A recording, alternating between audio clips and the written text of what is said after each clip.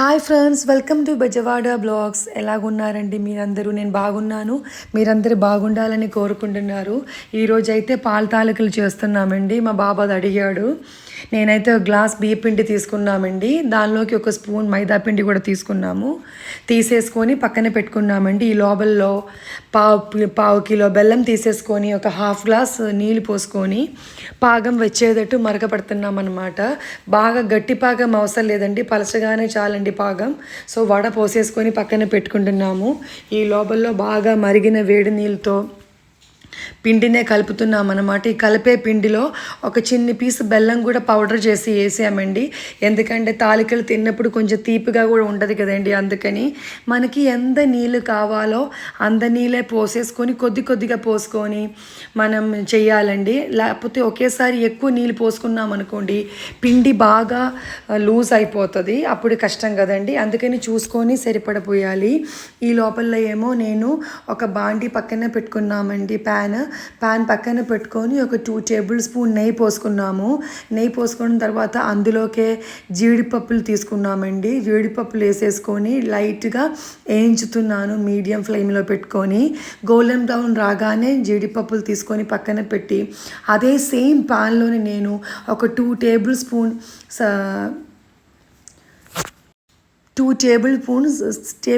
సగ్గుబియ్యం వేస్తున్నానండి.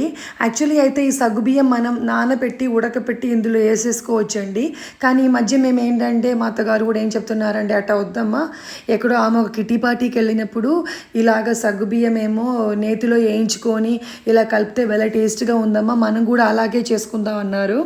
అప్పటి నుంచి మేము అలాగే చేస్తున్నాం అన్నమాట. మాకు టేస్ట్ బాగానే అనిపించింది. ఎందుకంటే మేము ఉండేది ముగ్గురే కదండి. చాలా తక్కువ మెంబర్స్ ఉన్నప్పుడు మనకు అంత టెన్షన్ పడే అవసరం లేదు కదా. తక్కువ క్వాంటిటీతోనే మేము వండుతామండి. మా వంటలన్నీ చాలా చిన్నగానే ఉండదు, ఎక్కువ క్వాంటిటీలో ఉండి ఫ్రిడ్జ్లో పెట్టి మేమేం చేయమండి. ఈ లోపల్లో ఇంకొక అడుగు మందంగా ఉండే ఒక గిన్నెలోకి నేను ఒక 1/2 లీటర్ మిల్క్ పోస్తున్నామండి. మన దగ్గర గేదె పాలు ఏం లేదులేండి, మామూలుగా ఫుల్ ఫ్యాట్ మిల్కే మేము తీసుకున్నాము. దానిలోకి ఒక పావు గ్లాస్ నీళ్ళు పోసేసుకొని పాలు బాగా ఉడకపెడుతున్నామండి, కలుపుతూ ఉంటున్నాము. మందంపాటి గిన్నె కదండి పెట్టాము. పాలు ఉడికిన తర్వాత ఇందులోకి మనం ఏం చేయాలండి, ఈ పాల తాలికలు గిద్దలు ఉంది కదండి, ఆ గిద్దల్లోకి మన పిండి పెట్టాలి. ఈ లోపల్లో నేనేం చేస్తున్నానంటే పిండినే బాగా కలుపుతున్నామండి. పిండి బాగా కలపాలండి. పిండి బాగా కలిపితేనే తాలికలు మంచిగా వస్తుందండి. అందుకని పిండినే బాగా కలపాలి. ఫస్ట్లో స్పూన్తో కలిపాను, కానీ ఇప్పుడైతే వేడి కొంచెం తగ్గిందండి. అందుకని ఇప్పుడు నేను చేతితో కలుపుతున్నాను. ఇప్పుడైతే పిండి బాగా కలిపిన కాబట్టి బాగా స్మూత్గానే ఉందండి. సాఫ్ట్ డోలాగా ఉండాలండి. అయితేనే ఆ గిద్ద నుంచి మంచిగానే లూజ్గా వస్తుంది. లేకపోతే సరిగా పిండి గట్టిగా ఉందనుకోండి ఇరిగిపోతుంది. పాలల్లో వేసుకునే ముందే కొద్దిగా అటు ఇరిగిపోతుంది. కన్సిస్టెన్సీ మీరు చూస్తున్నారు కదండి, పాలు మరుగుతున్నాయి కదా. ఇప్పుడు ఏంటంటే ఇందులోనే నేను ఆల్రెడీ వేయించిన సగ్గుబియ్యం కూడా వేసామండి.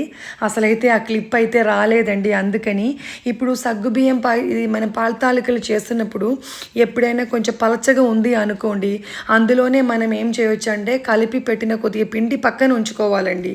అది మళ్ళీ లైట్గా గోరువెచ్చగా నీళ్ళల్లోనే కొద్దిగా కలిపేసేసుకొని మళ్ళీ మనం ఇందులో అది కలిపేసుకొని ఒక్కోసారి ఉడకపెట్టేయచ్చండి. ఒక 2 నిమిషాలు ఉడికితే చిక్కగా అయిపోతుంది. ఆల్రెడీ తాలికలు రెడీ అయిపోతే నేను పాల కింద కెట్టేసామండి. ఇప్పుడు ఏంటంటే ఆరిపోయిన బెల్లం పాకం తీసుకొని ఇందులో కలిపేసుకొని ఒక 2 నిమిషాలు అలా ఉంచేసుకొని చల్లారిన తర్వాత మనం సర్వ్ చేసుకోవచ్చండి. జీడిపప్పులు కూడా ఇందులో వేసేసుకున్నామండి. భలే మంచి టేస్ట్ ఉంటుందండి. పిల్లలకైనా చాలా హెల్తీగా ఉంటుంది. మనం తక్కువ క్వాంటిటీతో మన ఇంటిలో ఉండే మనుషులకి అప్పటికప్పుడు మనం చేసి ఇవ్వడమే మంచిదండి. బయట నుంచి కొనుక్కొచ్చి పెట్టేదాన్ని ఎంత మంచిదో అని మనం చెప్పలేము. మనం పెద్దవాళ్ళు అప్పుడు మనతో పట్టి ఉండి చేయలేరు కదండి. అందుకని వాళ్ళ సలహాలు తీసుకొని మా అత్తగారు ఎత్తి వద్దమ్మా నేను నీకు అన్నీ చేసి పెడతా అండా, కానీ నేనేమంటానంటే లేదండి, నేను నేర్చుకోవాలి, నేను చెయ్యాలంటాను. మీకు నచ్చితే షేర్ చేయండి, సబ్స్క్రైబ్ చేయండి.